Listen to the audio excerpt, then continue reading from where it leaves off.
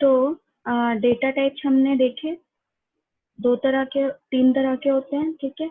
तो वो data types किस चीज में काम आते हैं? वेरिएबल को बनाने में, ठीक है। क्योंकि असल में हमें डेटा रखना किस में है भाई? हमको वेरिएबल के अंदर ही तो डेटा रखना है। तो हम डेटा टाइप लगाते हैं किसी वेरिएबल के पीछे, ठीक है, कि उस वेरिएबल के अंदर किस तरह का डेटा आने वाला है, ठीक है। जैसे कि मान लो तुमने तीन तरह के डब्बे बनाए हैं, ठीक है, तीन तरह के बॉक्स लिए हैं। एक बॉक्स में तुम सिर्फ पेन रखते हो, एक बॉक्स में तुम सिर्फ पेंसिल रखते हो, एक बॉक्स में तुम क्या रखते हो, मान लो सिर्फ किताबें रखते हो, एक बॉक्स में तुम सिर्फ रफ कॉपीज रखते हो। इस तरह से कई तरह के तुमने बॉक्सेस बनाए हुए हैं, ठीक है। तो जिस तरह का डिब्बा है, जिस तरह का उसमें डेटा आने वाला है, वो उसी तरह के कंटेनर में जाए, ठीक है। तो जैसे कि पेन का कंटेनर है, मान लो पेन का कंटेनर छोटा सा है, ठीक है, उसमें क्या कॉपी आ सकती है? नहीं आ सकती, है ना। बुक आ सकती है? नहीं आ सकती। कहने को पेंसिल आ सकती है उसमें, लेकिन हम यहाँ ये बात नहीं कर रहे हैं। हम ये कह रहे हैं कि जिस तरह का बॉक्स है उसमें वही डेटा रखा जाएगा, ठीक है। तो वेरिएबल जो होते हैं वो एक बॉक्स है, और उनका हम टाइप जो है वो फिक्स कर दे रहे हैं, डेटा टाइप फिक्स कर देंगे कि इसी तरह का डेटा रखना है, ठीक है। तो जैसे हमने लिया एक इंट तरह का ए, ठीक है,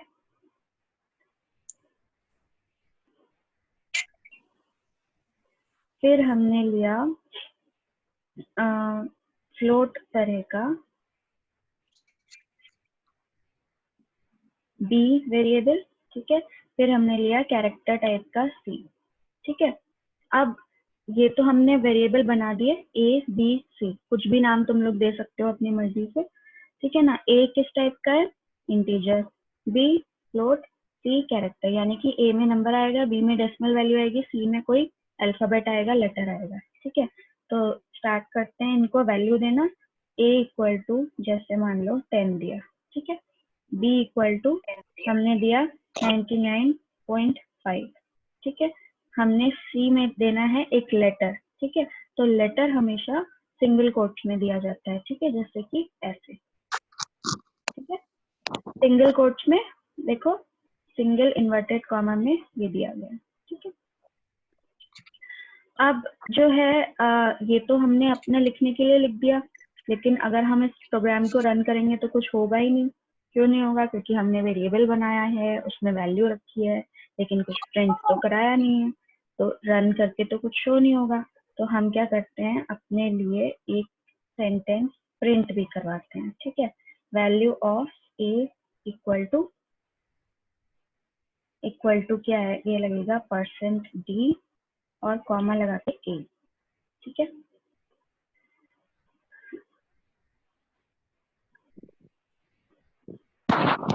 अब जो है ए बी और ये है सी, ठीक है, %d और यहाँ पे भी अपना आएगा ए बी और सी, ठीक है। %d मैंने क्या बताया था, किसी को याद है? %d जो होता है वो अपना होता है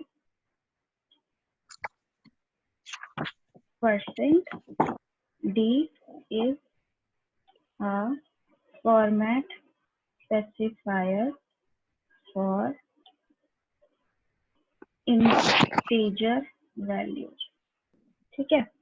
क्या होता है %d, क्या करता है अपना कि एक बार सारा लिख दूं मैं,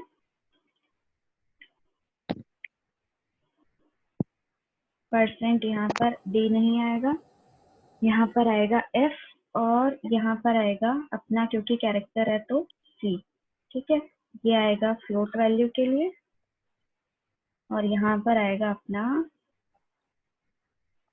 कैरेक्टर, ठीक है। इसी तरह से ये चेंज हो जाएगा f के लिए, और यहाँ पर आ जाएगा अपना c, ठीक है।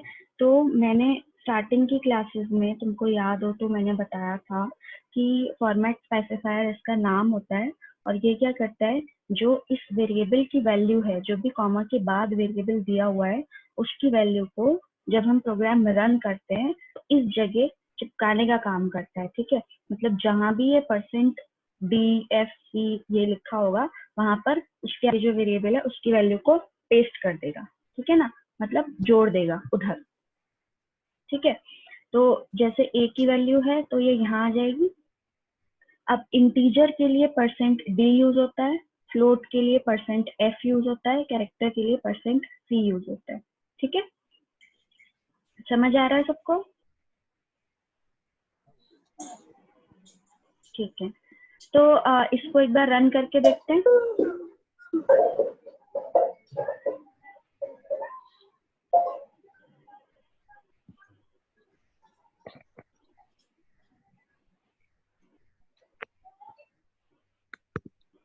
अब इसमें जो है थोड़ा थोड़ा समझ में नहीं आ रहा है, क्यों? क्योंकि हम एक चीज करना है इसमें भूल गए।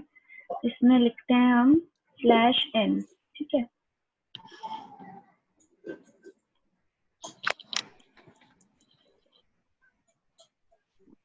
तो इसमें हमने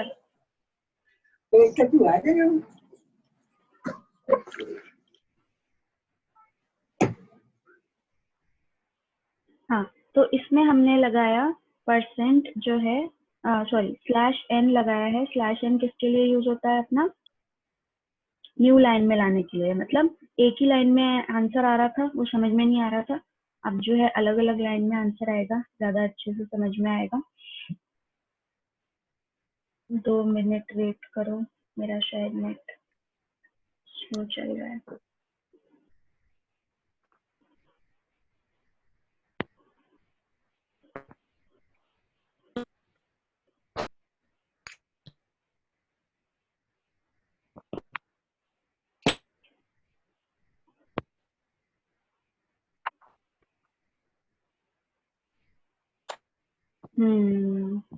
मेरा नेट थोड़ा सा स्लो चल रहा है, मैं एक बार वापस से दूसरी साइट पे दोबारा चलाते हैं।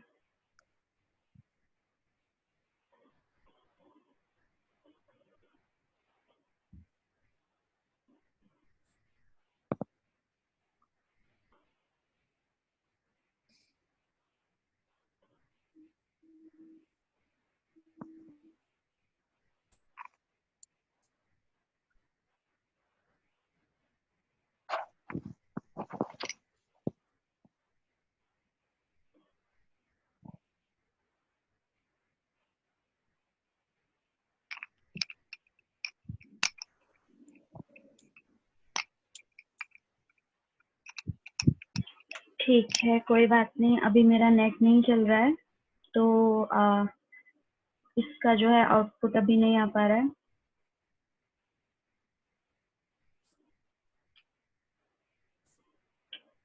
ठीक है, कोई बात नहीं, नो प्रॉब्लम, हम थोड़ी देर में फिर से करके देख लेंगे एक बार, ठीक है ना। तो सिंपल सी चीज है कि 3 वेरिएबल बनाए, तीनों को हमने वैल्यू दी यहाँ पर, और तीनों अलग अलग डेटा टाइप के हैं, तीनों को प्रिंट कराया हमने, ठीक है। प्रिंट कराने के लिए तीनों के लिए अलग अलग फॉर्मेट स्पेसिफायर यूज करें, क्योंकि तीनों की अलग अलग वैल्यूज हैं। तो इंटीजर के लिए %d यूज होता है, फ्लोट के लिए %f, और कैरेक्टर के लिए %c, ठीक है ना। और इंटीजर क्या है? पूरे पूरे नंबर, जैसे कि 10। फ्लोट क्या है? डेसिमल वाले नंबर। और कैरेक्टर क्या है? कोई भी लेटर, ठीक है, लेटर या कोई भी सिंबल, ठीक है।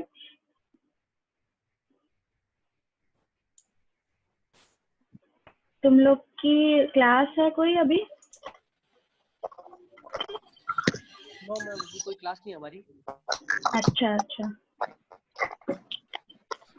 अभी वो क्लास नहीं मैम, हमारी 2:30 बजे से क्लास है। 2:30 बजे से क्लास है? अच्छा, मैं अभी एक शास्त्री फर्स्ट ईयर की भी क्लास लूंगी। तुम्हारी फिर बीच में मैम ने क्लास ली थी जब मैंने 2 दिन नहीं ली? नो मैम, मतलब कोई क्लास नहीं हुई थी मैम उस समय। कंप्यूटर की नहीं हुई थी?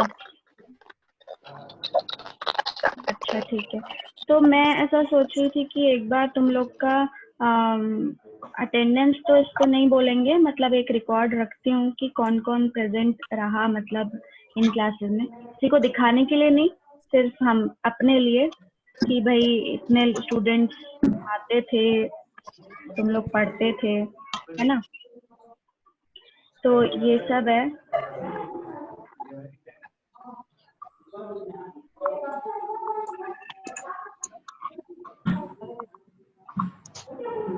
देखो ये तो तुम्हारी